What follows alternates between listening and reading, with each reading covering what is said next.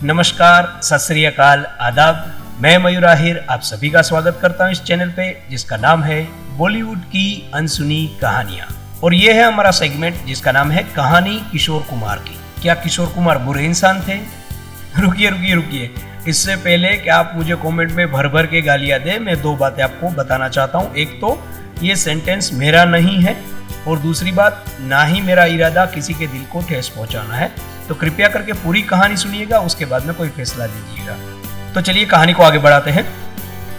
मधुबाला जी की बहन ने एक रेडियो इंटरव्यू में मधुबाला जी के बारे में कई सारी बातें शेयर की थी। उनमें से कुछ बातें किशोरदा के साथ भी जुड़ी हुई थी। वो बातें मैं आपसे शेयर करना चाहता हूँ। उन्होंने कहा था कि आपा यानी कि मधुबाला जी को कोई बड़ी बीमारी है, ये तो हम सबको पता चल गया था क्योंकि वो शूटिंग के दौरान बेहोश हो गई थी। और जब उनको घर ले आया गया तो घर आने पर उन्होंने खून की उल्टी की थी। बम्बई के बड़े से बड़े डॉक्टर को दिखाया गया, लेकिन बीमारी क्या है ये पता ना चल सकी। उनमें से एक डॉक्टर थे, डॉक्टर रुस्तम।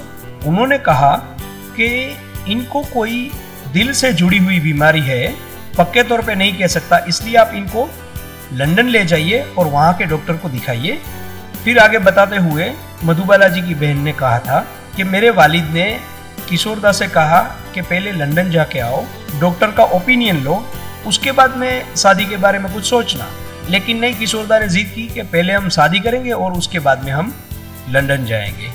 तो पहले शादी हुई और उनके कुछ दिनों बाद वो लंदन गए। लंदन जाने पर उनको पता चला कि मधुबाला जी के दिल में छेद है। उन दिनों ऐसी बीमारियों का इलाज नहीं हुआ करता था, जैसे कि आज के जमाने में ऑपरेशन करके ये ठीक हो सकता है, लेकिन उन दिनों ये पॉसिबल नहीं था।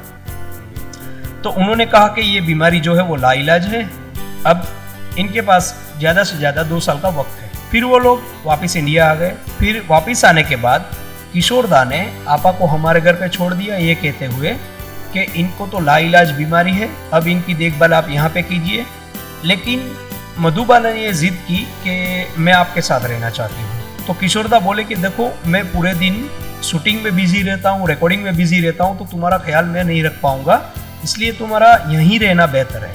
मधुबाला जी ने ये प्रस्ताव भी रखा कि हम एक नर्स रख लेंगे जो मेरा ख्याल रखेगी, लेकिन किशोरदा नहीं माने और आपा को हमारे घर छोड़ के वो चले गए।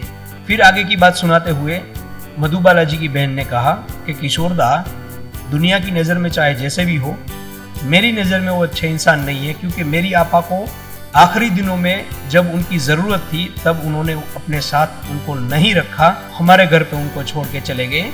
एक इंसान जो मर रहा है, उनकी आखिरी ख्वाहिश थी कि वो अपने शोहर के साथ रहे, लेकिन उन्होंने वो ख्वाहिश पूरी नहीं की। इसलिए मेरी नज़र में किशोरदा अच्छे इंसान नहीं है। हालांकि उन्होंने अपने इंटरव्यू में आगे ये भी बताया था कि किशोरदा रेगुलरली मधुबाला जी से मिलने आया करते थे, उनकी खैर खबर पूछा करते थे और उनके हेल्थ इश्यूज के बारे में जानकारी डॉक्टर से भी लिया करते थे। अब देखिए, हर एक इंसान के लिए अलग अलग लोगों की अलग अलग राय होती है।